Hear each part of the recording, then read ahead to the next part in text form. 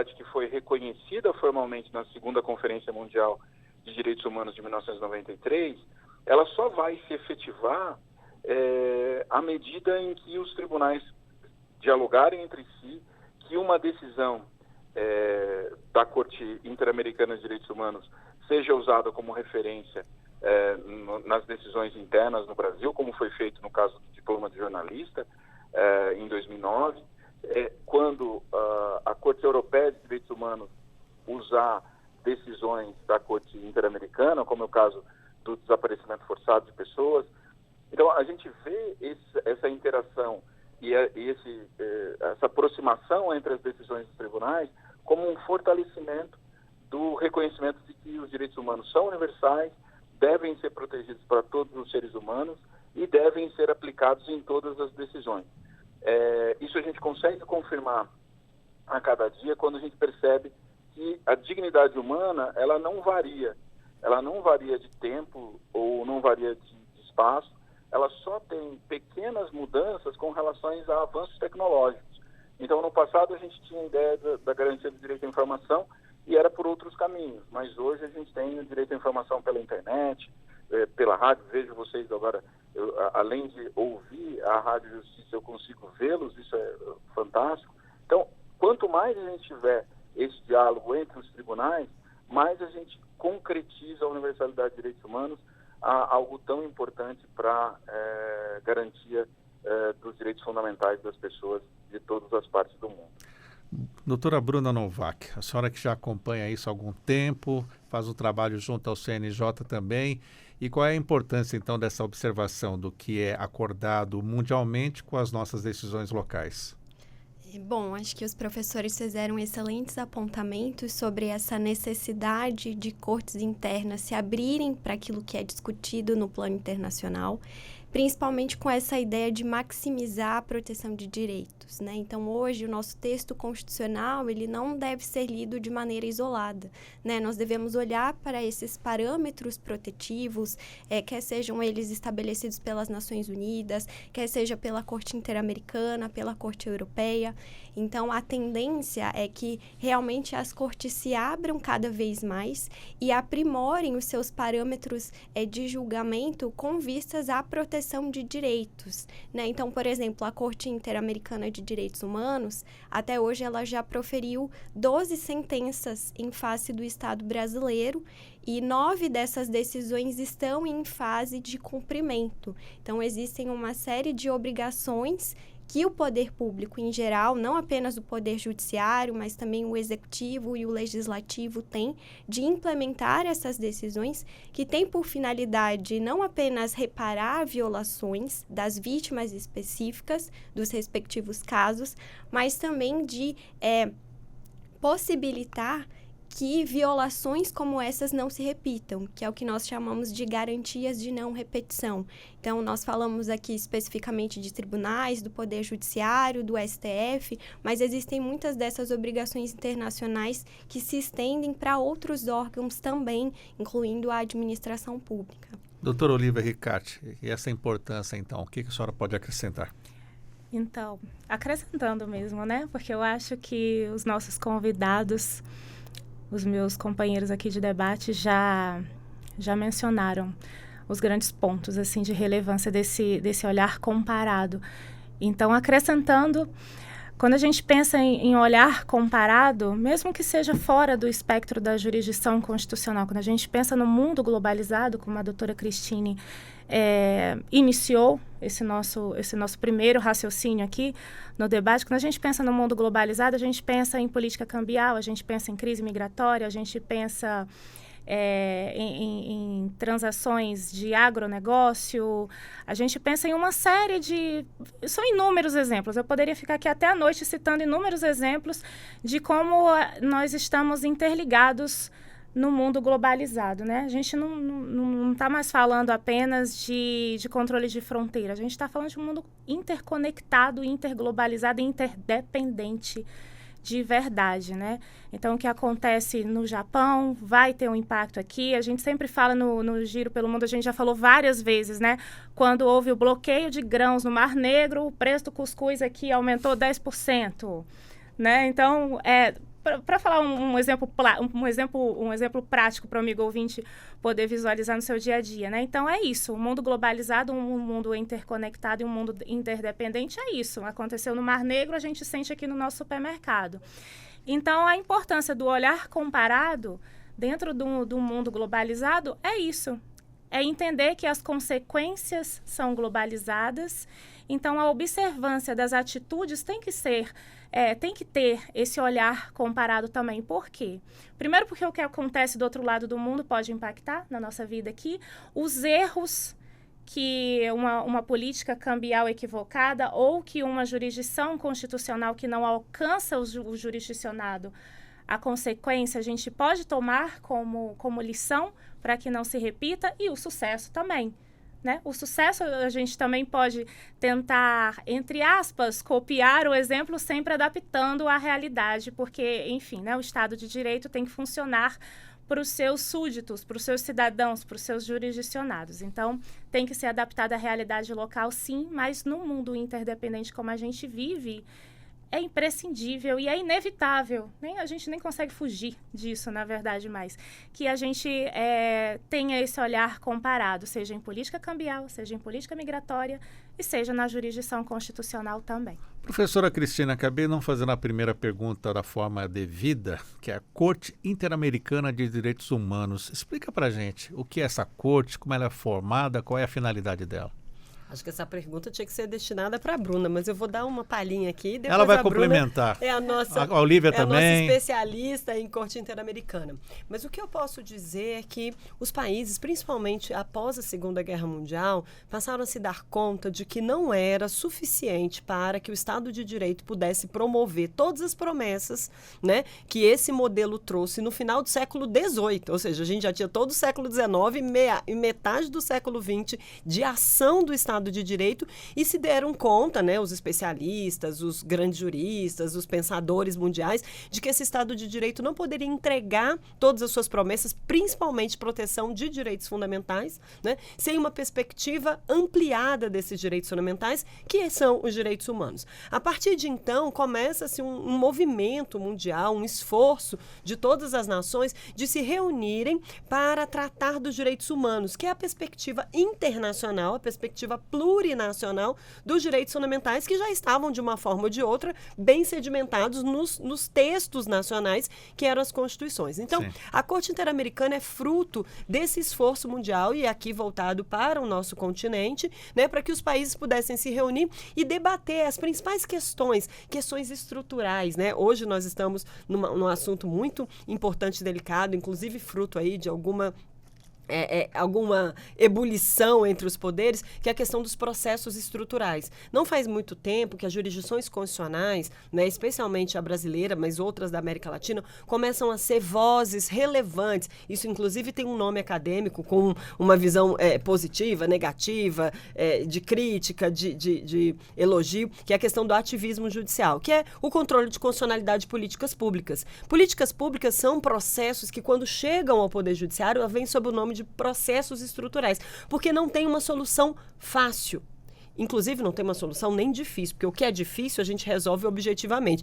Tem uma solução complexa, que tem várias respostas e várias possibilidades, que exige, portanto, diálogos. Então, o nosso diálogo com a Corte Interamericana muitas vezes vem da não resolução de problemas internos em processos estruturais. Esses processos em que o controle de constitucionalidade da política pública, ela fica pela metade, porque não tem jeito de uma canetada do Supremo ou uma canetada do STJ resolver um problema que é, por exemplo, a problemática de uma guerrilha do Araguaia, ou do problema penitenciário brasileiro, ou mesmo a questão que está aí no nosso dia a dia, que é a questão do aborto. Isso não resolve com uma decisão judicial, declara-se constitucional, declara-se inconstitucionalidade por omissão. Então, a gente precisa realmente de diálogos, e as cortes internacionais, especialmente a de direitos humanos, nos ajudam a promover esses diálogos de forma ampla, estruturada, e para resolver como tem que ser resolvido, com a complexidade colocada na mesa e enfrentada pelos seus interlocutores. Bruna, doutora Bruna, a professora Cris falou que você é especialista nesse assunto. Então, conta para o nosso ouvinte como ela é formada, quem compõe, cargos que são utilizados lá, como funciona essa corte? Muito obrigada, professora, pela sua bondade. Bom, pegando o gancho com o que a professora falou, de fato, essas instâncias internacionais, elas são provocadas quando os estados falham internamente em dar uma resposta às violações de direitos, que é o que a gente chama de princípio da subsidiariedade ou da complementariedade. Então, a Corte Interamericana, ela tem a sede em São José, na Costa Rica.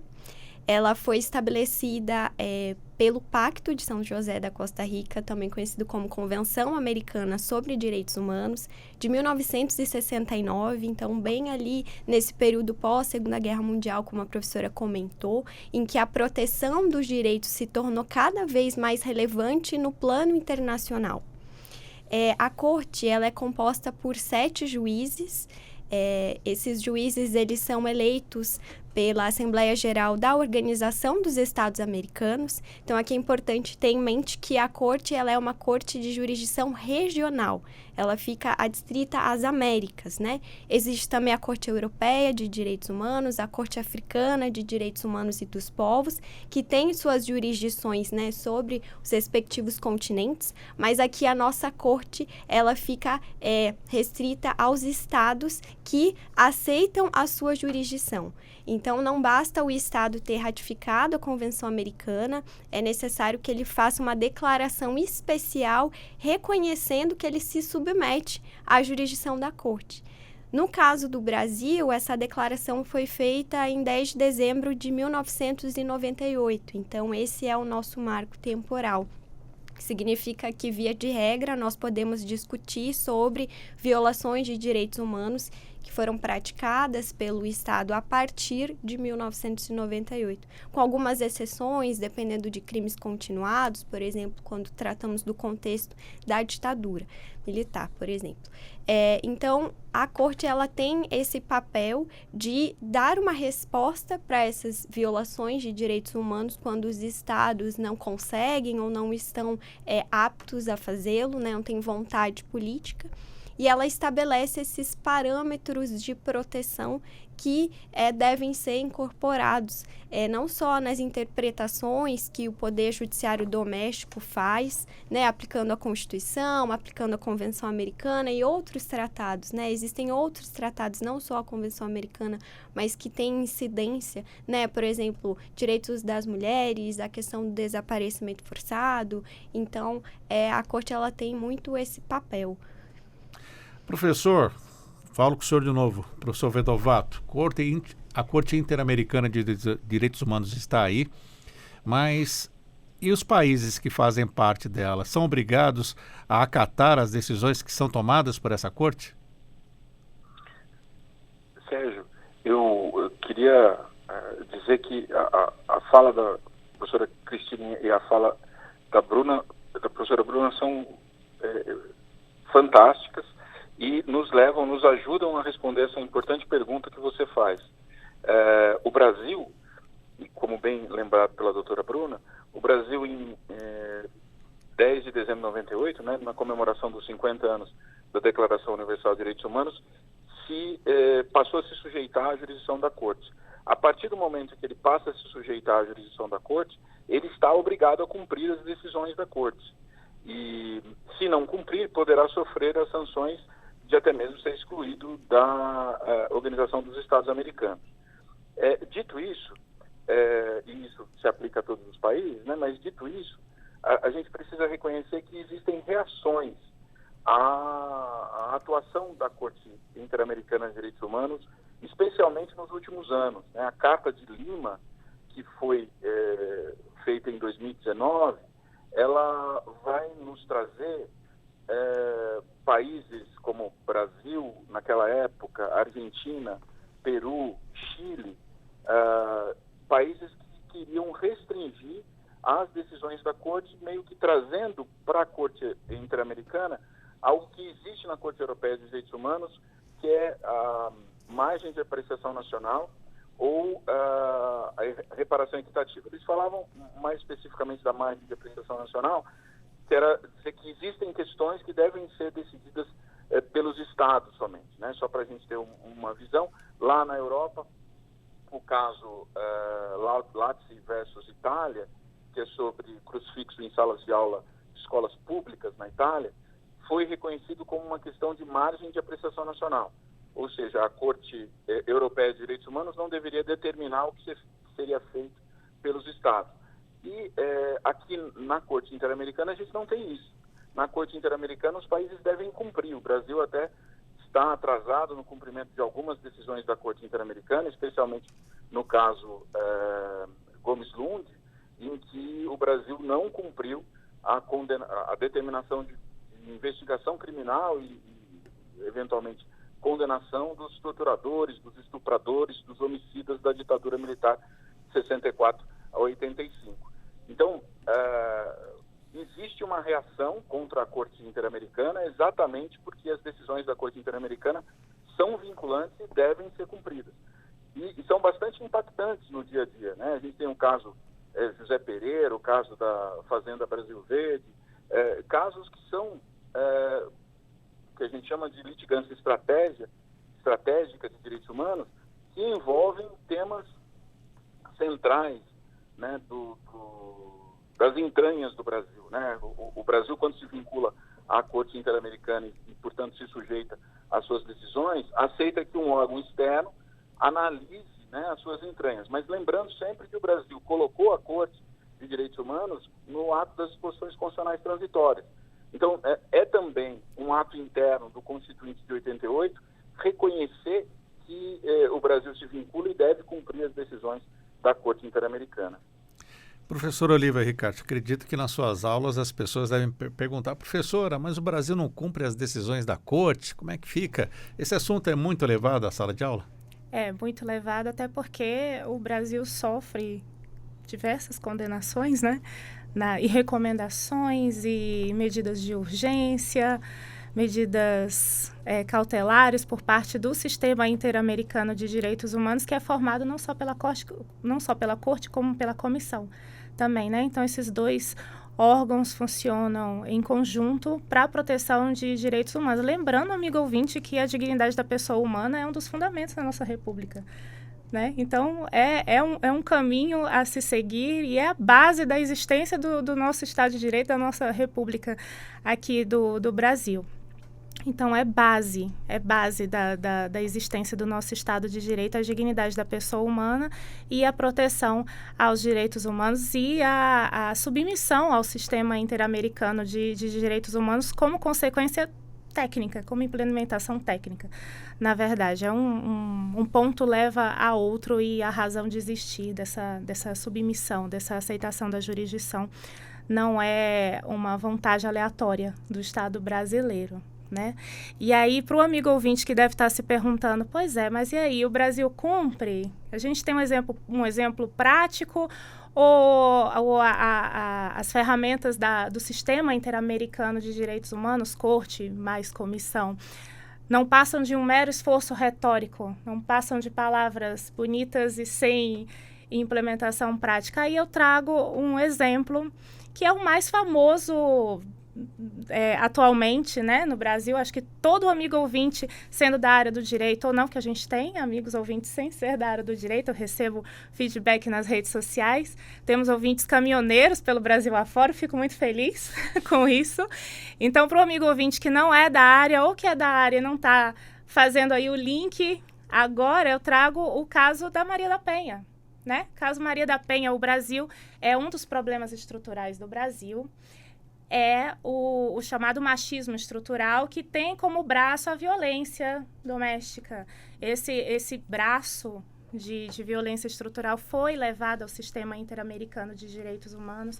O Brasil sofreu a condenação e a gente tem como feedback, como resultado, a promulgação da Lei Maria da Penha, que é um exemplo para o mundo inteiro. Né? A promulgação da Lei Maria da Penha foi elogiada por vários organismos da agenda multilateral, inclusive pela própria Organização das Nações Unidas. Várias legislações em outros países tomaram a Lei Maria da Penha como uma base ali para adaptar as suas legislações nacionais, e isso é um super exemplo de como o sistema interamericano de direitos humanos não é, amigos, não é um simples esforço retórico. Ele, quando é bem implementado, quando bem estruturado, e quando as organizações trabalham em sintonia, ele pode ter resultados muito bons. Aí o amigo ouvinte deve estar se perguntando agora também, mas o Brasil continua violento para mulheres? Sim, continua violento para mulheres, e como eu comecei a falar, isso é um problema estrutural.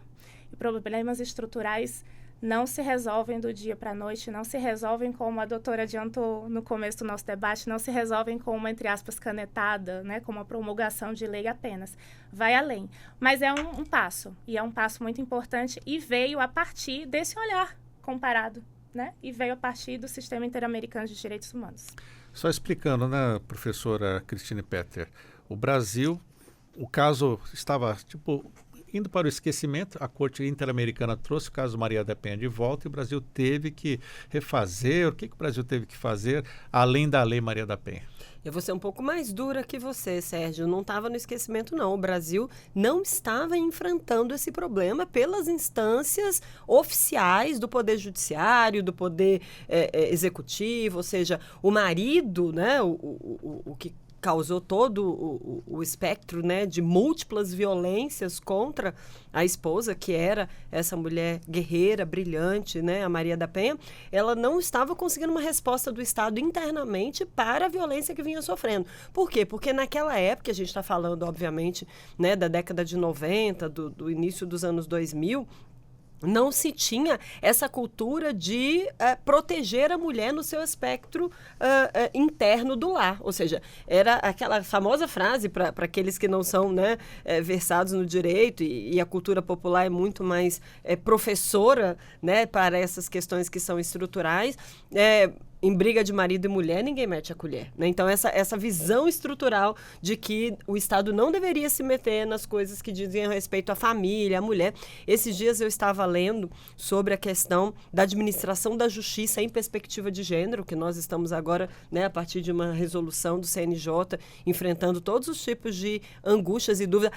Então a mulher vai ter privilégio, então só a justiça agora só quer olhar para as mulheres. Não, as mulheres sempre foram muito negligenciadas, né, muito invisibilizadas, muito desconsideradas pelo judiciário brasileiro. E esse caso é um caso típico. Então, por não ter resposta no âmbito nacional, a Maria da Penha resolveu escalar, né? Resolveu subir e foi para a Comissão e para a Corte Interamericana de Direitos Humanos, e o Brasil foi condenado. Por quê? Porque os seus órgãos internos não estavam dando resposta adequada a proteger o direito humano daquela mulher, né? E a partir dela, do exemplo, do sofrimento, da luta daquela mulher em se manter viva, em se manter digna, em se manter íntegra, quantas outras mulheres, não só do Brasil, e aí a professora Olívia trouxe isso, né, de todos os países da região, passaram a ter na Lei Maria da Penha, que foi uma resposta por uma condenação da Corte ao Brasil, e a gente tem todo o espectro. Então, acho que muito importante nesse momento é pensarmos que a educação, o esclarecimento, a divulgação das questões referentes a cada um desses processos estruturais é um caminho muito importante, porque todas as autoridades, sejam magistrados, sejam membros do Ministério Público, sejam pessoas envolvidas com a justiça, como advogados públicos e privados, precisam estar conscientes do olhar para esses problemas estruturais, e que a resposta vai vir de um combinado de ações, né, de múltiplas instituições voltados para tentar resolver um problema que é complexo, que é realmente um problema que precisa, né, de muitas ações conjuntas e cooperativas, né, no sentido. Então, é uma mudança de paradigma, é uma mudança de estrutura mental de uma sociedade que quer efetivamente garantir, proteger e resguardar direitos fundamentais e humanos. Doutora Bruna, ainda no caso Maria da Penha, como esse caso foi parar lá na Corte? Como os casos, como essas situações podem chegar até a Corte? Então, o caso Maria da Penha, ele não chegou aí para a corte, ele ficou no âmbito da Comissão Interamericana, que era o que a professora Olívia explicou. Temos dois órgãos, então, Isso, Comissão e Corte. Isso. A comissão, ela tem outras funções, né? A comissão, ela é um órgão político que tem sede em Washington, D.C. Além de participar desse sistema de petições e casos, que é sobre o que nós estamos falando, a comissão ela também tem um papel de promoção de direitos humanos, de acompanhar a situação de direitos humanos nos países. Então, ela tem um mandato bem mais amplo, mas especificamente sobre, né, as petições e os casos, a comissão ela é responsável por exercer uma espécie de filtro. Então, quando as entidades peticionárias, enfim, apresentam uma petição na comissão, ela verifica se estão presentes alguns requisitos, né, de admissibilidade, como está disposto na Convenção Americana. Por exemplo, é necessário que tenham sido esgotados os recursos internos, que foi sobre o que nós comentamos, que esses órgãos internacionais, eles atuam numa ideia de subsidiariedade. Mas, por exemplo, no caso Maria da Penha, ela não teve a oportunidade de que se esgotasse a jurisdição interna pela demora excessiva, que é uma das possibilidades, né, de se excepcionar esse dever de esgotamento. Então, no caso dela, a comissão entendeu que os requisitos estavam preenchidos porque o judiciário demorou mais de 17 anos para dar uma resposta, né? Enfim, então, esse é um dos critérios que o sistema utiliza. E aí, a comissão, ela vai fazer essa análise e ela pode emitir um relatório de mérito, que foi o que aconteceu no caso Maria da Penha. Esse relatório é de 2001. Pois é. E aí, o Brasil foi notificado pela comissão com uma série de recomendações, né? Como, por exemplo, a criação de uma legislação específica de violência doméstica, a questão de equipar o Estado com órgãos que sejam capazes de enfrentar e de dar respostas às vítimas de violência doméstica contra a mulher. Então, por exemplo, criar varas especializadas. No nosso caso, nós temos os juizados especiais, a questão das delegacias. Então, a comissão determinou uma série de medidas e o Brasil começou a implementá-las. Mas até hoje esse caso permanece aberto, ele ainda não se encerrou. Então, desde 2001, nós estamos cumprindo as recomendações da comissão, justamente porque ele tem um caráter emblemático na nossa região, né? Ele é um caso que é utilizado pelos outros países também como um exemplo de enfrentamento à violência, embora nós tenhamos ainda muitos problemas, né? E aí, se o Estado não cumpre essas medidas de recomendação, a comissão ela pode escolher enviar o caso para a corte.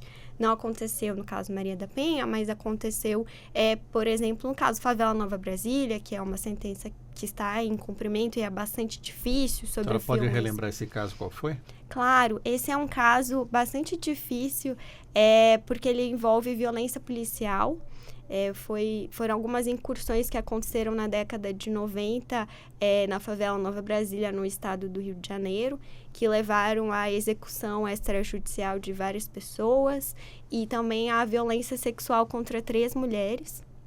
E aí esse caso passou pela comissão e foi enviado à corte. E hoje o Brasil tenta cumprir essa sentença, que tem uma série de medidas de reparação de fato estruturantes, como a professora explicava, né, anteriormente.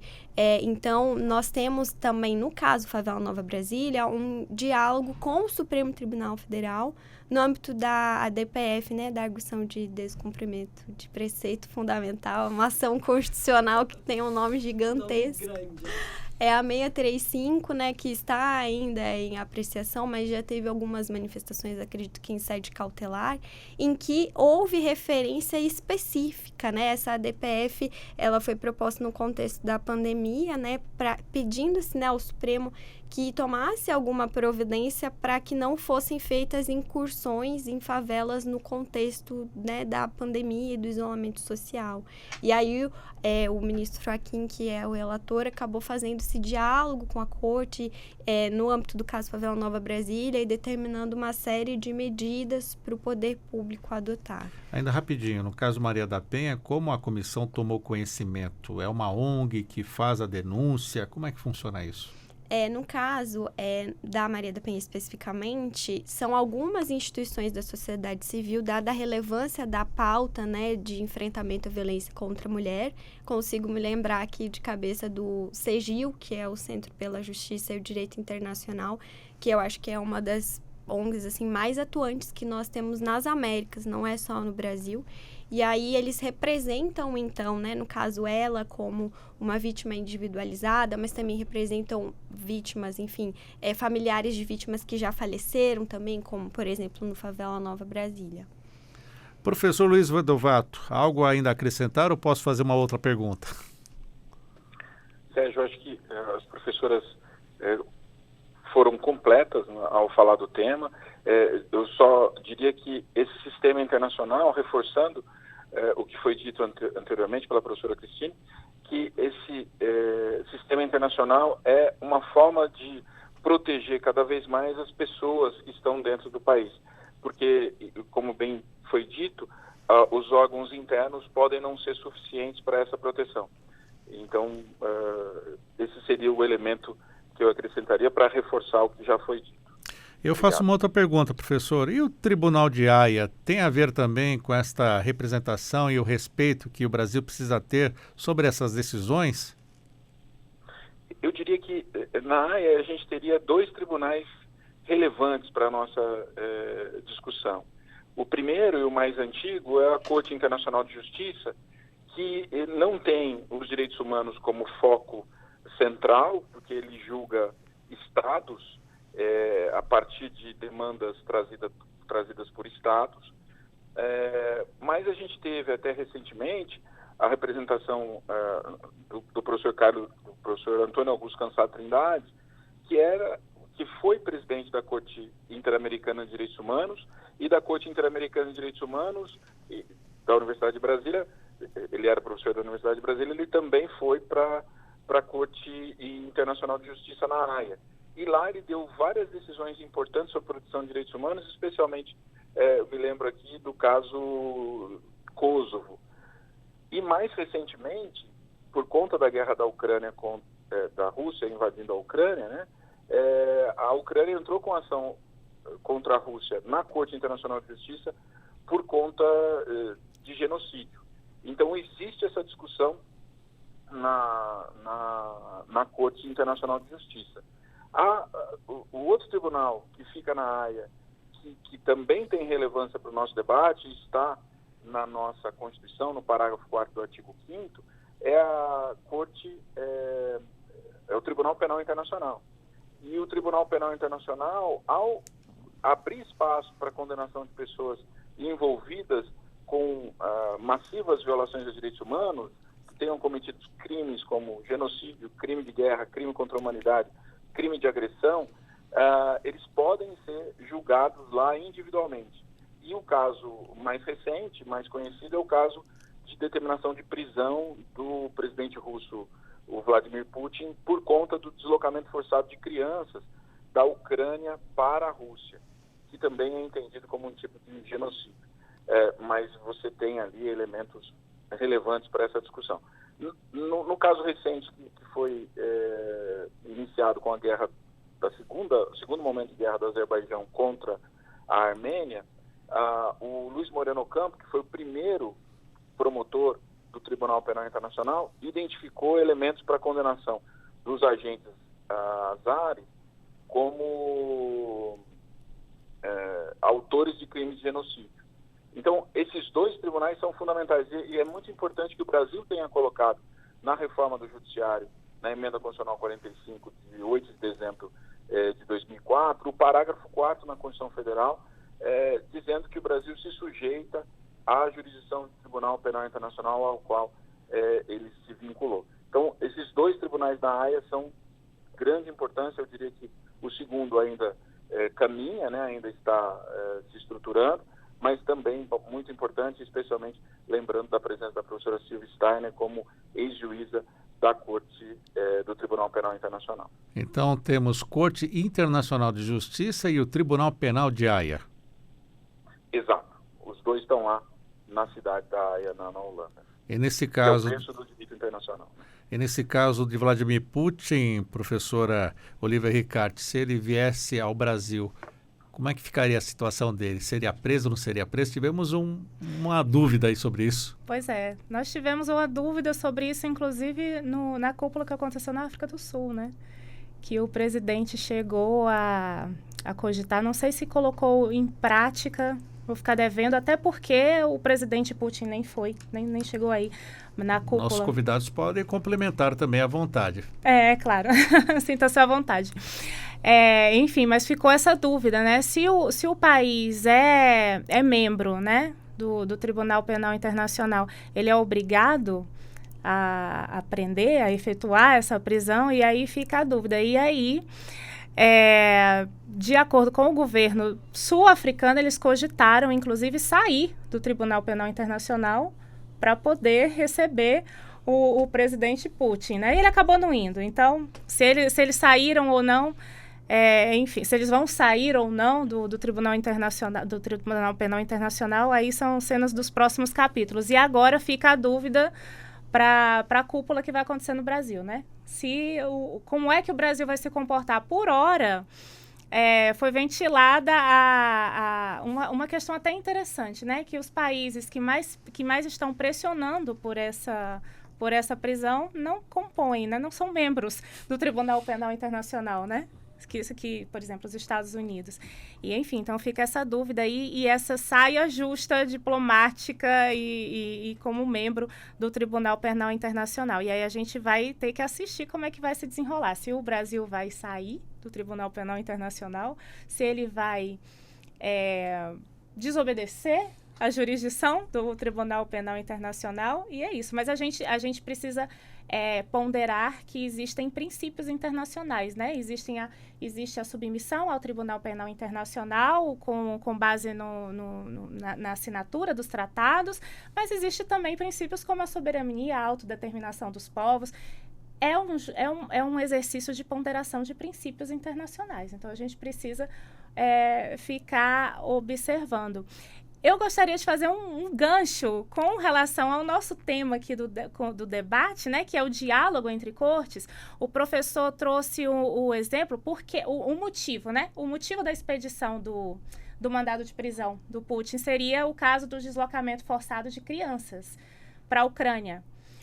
Pois bem, a gente teve um caso parecido aqui na América Latina, que foi um exemplo, não foi o primeiro, mas foi um exemplo do chamado estado de coisas inconstitucional, que a gente está ouvindo muito falar e que é um exemplo muito claro, muito emblemático desse diálogo entre cortes. Na Colômbia, nos anos 90, teve um julgado que foi submetido à Suprema Corte sobre o deslocamento não só de crianças, mas de famílias oriundas de regiões com conflitos das Farc. E foi declarado estado de coisas inconstitucional por lá, também com relação a isso, e a partir disso foi implementada uma série de ações, como, por exemplo, a Justiça pela Paz na Colômbia. E, por falar em... Por que eu estou falando de estado de coisas inconstitucional? Porque é a técnica jurídica, a gente pode chamar hoje assim, né, de técnica jurídica, porque está sedimentada, não é mais um meio de interpretação, é uma técnica jurídica, que está sendo emblemática, principalmente aqui na América Latina e no Brasil também, como o exemplo mais atual de diálogos entre cortes. Então, fazendo esse link. Agora, eu queria perguntar para a doutora... Doutora Bruna? Sim, se há a possibilidade técnica de permanecer membro no Tribunal Penal Internacional e mesmo assim desobedecer. Tem consequência? Vamos lá. Professora Olívia, esse tema é bastante controverso, né? Eu acho que gerou muita repercussão, não só internacional, mas aqui no Brasil começou a se comentar muito sobre isso, porque, como foi comentado anteriormente, existe uma previsão constitucional sobre a submissão do Brasil à jurisdição do Tribunal Penal Internacional, né, que está ali no artigo 5º, parágrafo 4º, como o professor Vedovato comentou, da nossa Constituição. Então, a gente pode entender que seria uma cláusula pétrea, né, que recebe uma proteção maior, né, do que as outras cláusulas constitucionais, porque ela sedimenta um valor, um princípio muito relevante para o Estado brasileiro. Então, eu acho que esse seria um primeiro comentário, que é algo que já foi incorporado no nosso texto constitucional, e eu entendo que geraria maior dificuldade, né, de retirada nesse sentido. Mas quando os estados ratificam, né, o Estatuto de Roma, que é o tratado internacional que dá base para a jurisdição do Tribunal Penal Internacional, eles também acabam adquirindo um dever de cooperar. E é muito sobre isso que o TPI comenta. Então, você fazendo parte, né, se submetendo à jurisdição, você não tem um dever de cooperar apenas em relação a casos que versem sobre os seus nacionais ou sobre crimes que impactem, né, diretamente no território do respectivo estado, mas você também teria esse dever de cooperar com o funcionamento da justiça exercida pelo Tribunal Penal Internacional. Então, é sobre isso que, a partir disso que o tribunal consegue exigir, digamos assim, dos estados o cumprimento desses mandados de prisão. Nós tivemos essa mesma discussão em relação ao ex-presidente do Sudão, o Omar al-Bashir, que também foi, respondeu, né, ao processo pelo Tribunal Penal Internacional e também foi alvo de mandados de prisão, que acabam atingindo todos os estados parte, né? Então, quando um chefe de estado adentra no território de um estado parte do TPI, recairia sobre esse estado o dever de entrega, né? Então, de entregar para o tribunal esse indivíduo para que ele seja processado, né? E só para comentar, de fato, o TPI ele tem uma jurisdição muito específica que é sobre crimes graves contra os direitos humanos, situações de genocídio, crimes de guerra, crimes contra a humanidade, o crime de agressão também. Então, realmente, a jurisdição do tribunal ela é passível de críticas, porque enfim, se observa que existe uma tendência, né, de se processar indivíduos de países africanos que estão em situações ali de conflitos armados ou de ditaduras. Grandes potências não assinaram, não ratificaram o Estatuto de Roma, como os Estados Unidos, por exemplo, a própria Rússia também não é parte, né?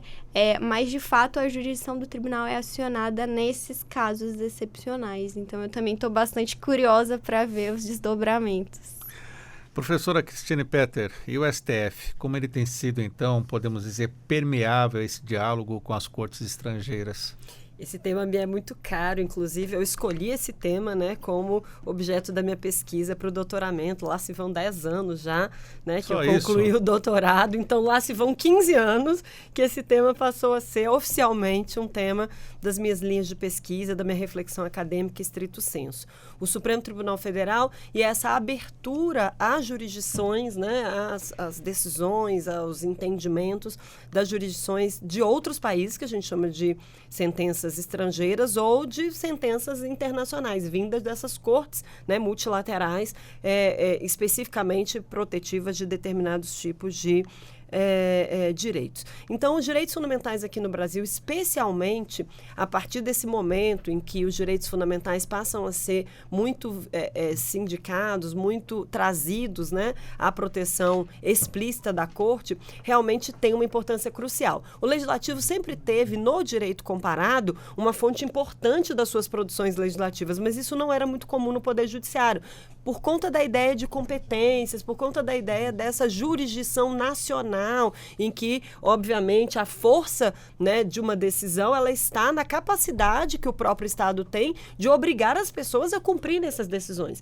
Então, é muito caro ao direito o princípio da efetividade das decisões judiciais, né, diante de uma manifestação expressa de um tribunal ou de um juiz competente para que as partes ou as pessoas envolvidas cumpram. Então, no mundo internacional fica muito essa dúvida. Essa decisão de uma corte interamericana ou de um tribunal de justiça, né, em que o Brasil seja parte, ela é obrigatória, ela é vinculante, né? Então, essa dúvida, quando nós estamos diante de casos complexos, também surge. E isso se dá a partir do momento em que o controle de constitucionalidade de políticas públicas se coloca. Então, a dogmática constitucional, que é a lei, doutrina e jurisprudência, não tinha respostas técnicas para quando a gente está diante de um caso em que não basta uma decisão de declaração declaração de constitucionalidade ou de declaração de inconstitucionalidade, o que você faz? Né? Ou seja, como que o Supremo Tribunal vai ficar diante de uma declaração de inconstitucionalidade de uma lei que não se consegue colocar outra no lugar no outro dia e não pode ficar o vazio normativo? Como se faz diante da omissão inconstitucional, que também é um problema sério, né, de constituições dirigentes, programáticas, como a gente chama. Então, se criou, né, a partir de uma perspectiva comparada. Eu fiquei super feliz quando vi que o Supremo, né, entrava nesse diálogo a partir dessa visão da Corte Constitucional da Colômbia sobre o estado de coisa inconstitucional. É uma técnica de decisão que se coloca à disposição daquilo que a gente chama de diálogos constitucionais ou diálogos institucionais. O próprio Supremo tendo que dialogar com o Poder Legislativo e com o Poder Executivo para complementar ciclos, para melhorar ciclos, para revisitar ciclos de políticas públicas. Então, diante de um problema que é estrutural, você tem a solução de uma política pública para resolver esse problema, né? Eu falo que é o problema dos estatutos. Então, quando você tem um problema envolvendo estruturalmente crianças e adolescentes, você tem lá um estatuto que tem respostas muito profundas, muito radicalizadas, muito, né, detalhadas sobre a criança ou adolescente. Ah, não, o problema é carcerário, o problema é penitenciário. Então, vamos para uma, né, regulamentação específica. Então, quando esses problemas estruturais chegam, a resposta do Estado de coisa inconstitucional, que é fruto dessa permeabilidade a uma corte estrangeira, vizinha, que tem problemas estruturais parecidos, né, é realmente uma notícia de que a corte entrou neste mundo. Na minha tese de doutorado, eu fiz uma pesquisa ampla em várias decisões do Supremo Tribunal Federal que ele citava no amplo rol dos argumentos decisões estrangeiras ou decisões internacionais, né? Então foi essa a minha pesquisa, que está pontuada até o ano de 2015. E ela tem, de alguma forma, essa pretensão de dizer a corte é aberta ou a corte não é aberta. Mas qual foi a conclusão que no meu doutorado, que eu fechei em 2013, depois fiz uma continuação dessa pesquisa nos 2 anos posteriores, até 2015, eu cheguei. A corte tem já nos seus ministros, nas assessorias dos seus ministros, uma abertura à corte, mas ainda falta uma estrutura interna oficial para que isso seja do conhecimento. Um dos maiores problemas que eu identifiquei na minha pesquisa é que as pessoas não conhecem as decisões dos outros países, porque isso não é matéria das faculdades. Né? E as pessoas não conhecem a estrutura. Eu mesma aqui achava que era uma decisão da corte, uma recomendação ou uma sentença, uma opinião de mérito, né, que se chama na área técnica da Comissão Interamericana. Então, o que acontece? Nós temos desconhecimento, em primeiro lugar, tanto do que se está decidindo no outro país, quanto nas cortes internacionais. E da estrutura que movimenta, porque existe um processo nesse outro país. Quais são as técnicas processuais utilizadas para resolver problemas parecidos? Todo mundo faz igual a gente, né? Que tem declaração de inconstitucionalidade, declaração de constitucionalidade. Nós temos, né, instrumentos de controle difuso, instrumentos de controle concentrado. Então, isso tudo a gente conhece bem internamente. Mas e os outros países, como funcionam? Então, conhecer o direito estrangeiro é ainda um desafio. E o Supremo, eu acho que ele está no caminho, mas a gente está longe de casa ainda em relação a colocar isso como um paradigma, né? Um ponto que já está introjetado na corte para que ela possa tomar decisões olhando, né, com esse olhar permeável, aberto às decisões estrangeiras e internacionais. Professor Luiz Renato Vedovato, infelizmente também aos nossos convidados, o tempo está acabando, conversa boa, rende, mas já quero partir para as suas considerações finais. Professor de Direito Internacional da Unicamp, obrigado por atender ao nosso convite, professor, e o que o senhor deixa de recado para os nossos ouvintes? Sérgio, eu queria, antes de tudo, agradecer pela oportunidade de estar ao lado da doutora Bruna, da doutora Cristina e da doutora Olívia, mais uma vez. Sempre fico muito feliz de poder compartilhar debates com a professora Olívia, e agora com a professora Bruna e a professora Cristina ficou um cenário muito enriquecedor. E eu queria dizer, se pudesse, para ouvintes, da importância da gente trabalhar os temas que aqui foram desenvolvidos para que os direitos humanos sejam, de fato, centrais nas discussões e nos debates dos nossos professores, juristas, advogados, professoras, e como isso traz benefícios para a sociedade. Acho que os avanços dos direitos humanos que a gente teve nos últimos anos passam especificamente pela discussão que a gente teve aqui. E por isso quero agradecer imensamente a oportunidade de estar nessa discussão hoje. Muito obrigado, Sérgio. Nós que agradecemos. Também agradeço a doutora Bruna Novak, ela que é mestre em Direitos Humanos, Democracia, especialista em Direito Internacional dos Direitos Humanos, na Corte Interamericana de Direitos Humanos do Conselho Nacional de Justiça. Doutora Bruna, obrigado e as suas considerações finais também. Muito obrigada, Sérgio. Realmente foi muito enriquecedora essa conversa com as professoras e com o professor. Eu agradeço muito pela oportunidade. E como uma entusiasta dos tribunais internacionais, também deixo aqui, né, um recado para os ouvintes, para as ouvintes, de realmente, para quem tiver interesse, explorar um pouco esse cenário que às vezes parece estar muito longe, porque ou é uma jurisdição estrangeira ou é um tribunal internacional, mas que pode contribuir muito para o exercício de direitos, né? No final das contas, é sobre isso que nós estamos falando, sobre direitos humanos sendo colocados na prática, não só no sentido de reparar vítimas que sofreram muito, né, que passaram por situações dificílimas de violações de direitos, mas também para que o nosso exercício de cidadania seja fortalecido por esses parâmetros internacionais. Muito obrigado mais uma vez. Doutora Olivia Ricarte, a nossa colunista do Giro pelo Mundo, especialista em Direito Constitucional, conferencista internacional, também professora da Universidade Latino-Americana de Ciências Jurídicas. Muito obrigado por estar conosco aqui. Qual é o seu recado final? Então, meu recado final é deixar uma dica de estudos para o amigo ouvinte. Para o amigo ouvinte que quiser se aprofundar sobre o tão criticado, né, ativismo judicial, eu quero informar e dar essa dica aí de estudo para se aprofundar no tema sobre diálogos entre cortes, é que atualmente eu digo a academia, né, todo mundo que estuda sobre o tema, nós estamos começando a tratar o assunto não mais como ativismo judicial, que é uma ideia que seria, né, de acordo com os críticos, mais setorizada, mais ativista mesmo, né, militante no caso, nós estamos começando a tratar como o ativismo estrutural, ou seja, para lidar com as questões, como o próprio nome já pressupõe, estruturais da sociedade, as problemáticas estruturais.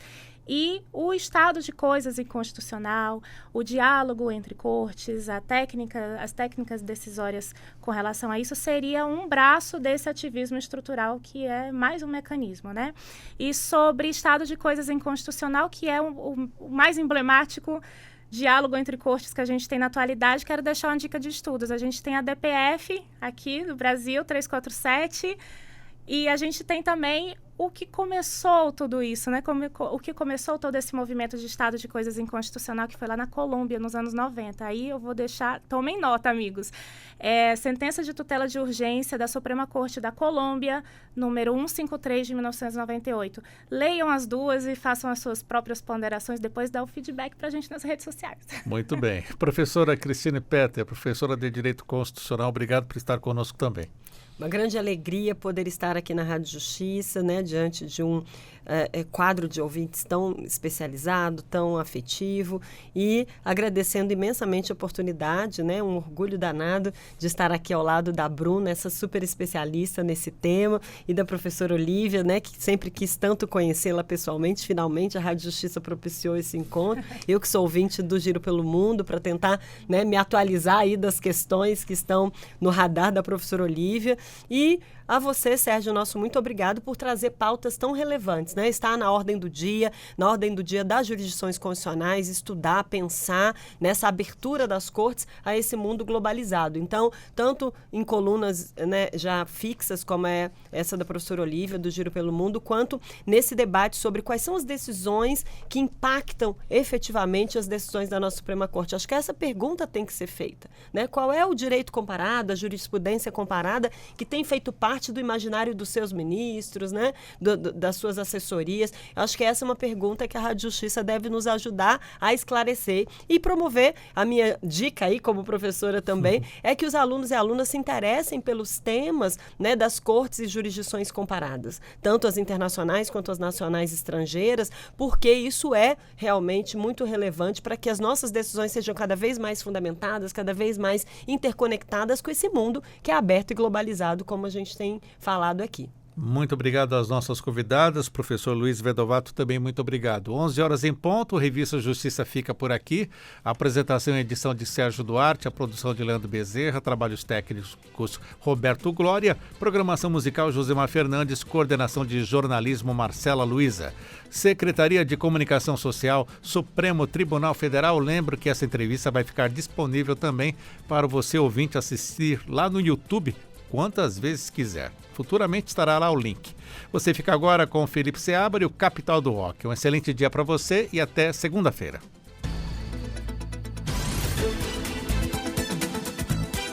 A Rádio Justiça apresentou Revista Justiça.